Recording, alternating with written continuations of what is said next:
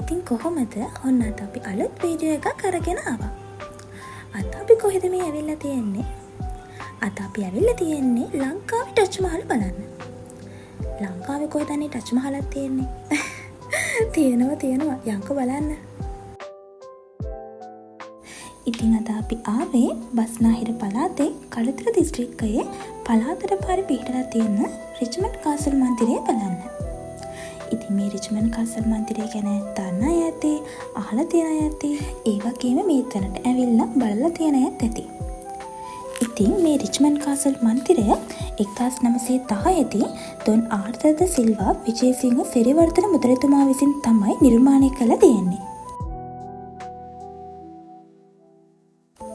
ඉතින් මේ Richmond castle මන්දිරයේ ජනෙල් 38ක්, කාමර 16ක්, ඒ වගේම ඔළුවහු 99ක් දැක ගන්න පුළුවන්. ඒ වගේම තමයි මේ රිච්මන්ඩ් කාසල් මන්දිරය හදන්න හේතු වුණු පුංචි කතාවක් තියෙනවා. ඒ තමයි දොන් ආර්තර් ද සිල්වා විජේසිංහ සිරිවර්ධන මුදලිතුමා අධ්‍යාපනය ලැබලා තියෙන්නේ බ්‍රිතාන්‍යයේදී. එහිදී මුදලිතුමාට හිටියලු ඉන්දියානු යාළුවෙක්. ඉතින් මේ රාම්නාත් කියන ඉන්දියානු යාළුවා මුදලිතුමාට ආරාධනාවක් කරාලු ඉන්දියාවට එන්න කියලා. ඉතින් ඒ කියපු අවස්ථාවේදී රාම්නාත්ගේ නිවස මන්දිරය දැකපු මුදලිතුමාට හිතුණලු මටත් මේ වගේ මන්දිරයක් හදන්න තිබුණා නම් කියලා. හැබැයි ඊට පස්සේ මුදලිතුමා ඒ රාම්නාත් කියන විදුරගෙන් අහුවලු මේ මන්දිරය හැදුවේ කොහොමද? ඒ වගේම මේකට භාවිතා කරපු ගෘහශිල්පය මොනවාද? මේ වගේ දේවල්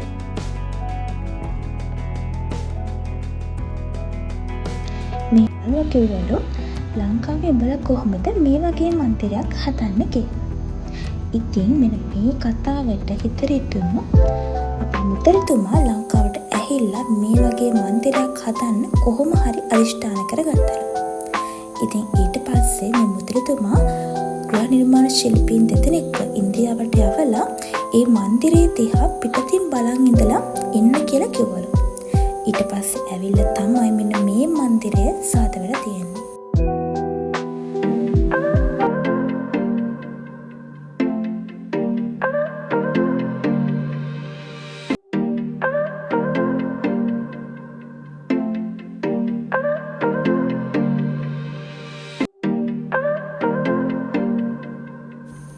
ඔයාලා විශ්වාස කරනවද මේ මන්දිරේ නැචරල් AC තිබ්බා කිව්වම? ඔය ඈතින් පේන කළු කගෙන් තමයි මන්දිරය ඇතුළ සිසිරස වෙන්න නැචරල් AC යොදාගෙන තියෙන්නේ. ඉතින් බලන්න කොච්චර හොඳ තාක්ෂණයක්ද ඒ කාලේ අපිට තිබිලා තියෙන්නේ කියලා විශ්වාස කරන්න අමාරුයි නේද?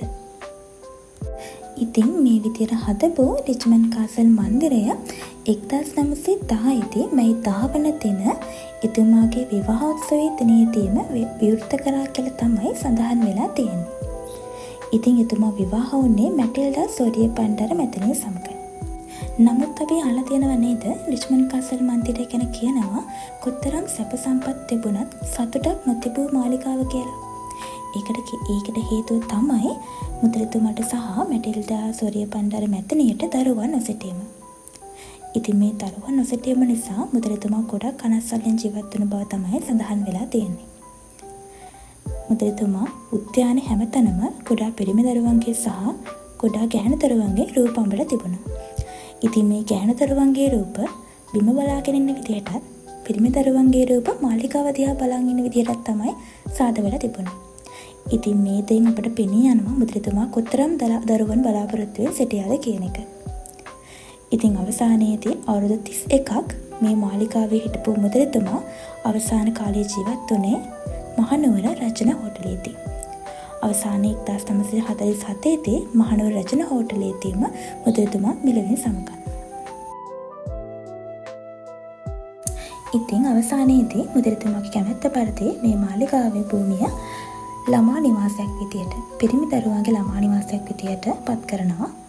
ඉතින් අදටත් මේ ළමා නිවාසය ඔයාලට මෙහිදී දැක බලා ගන්න පුළුවන්.